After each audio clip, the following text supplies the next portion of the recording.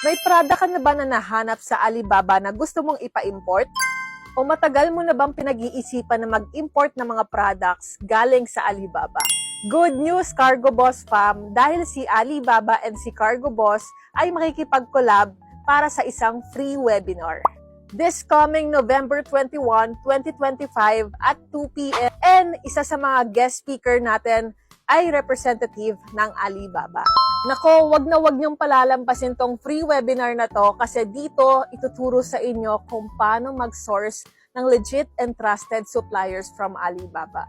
Pati na rin ang importation process kay Cargo Boss from China to your doorstep.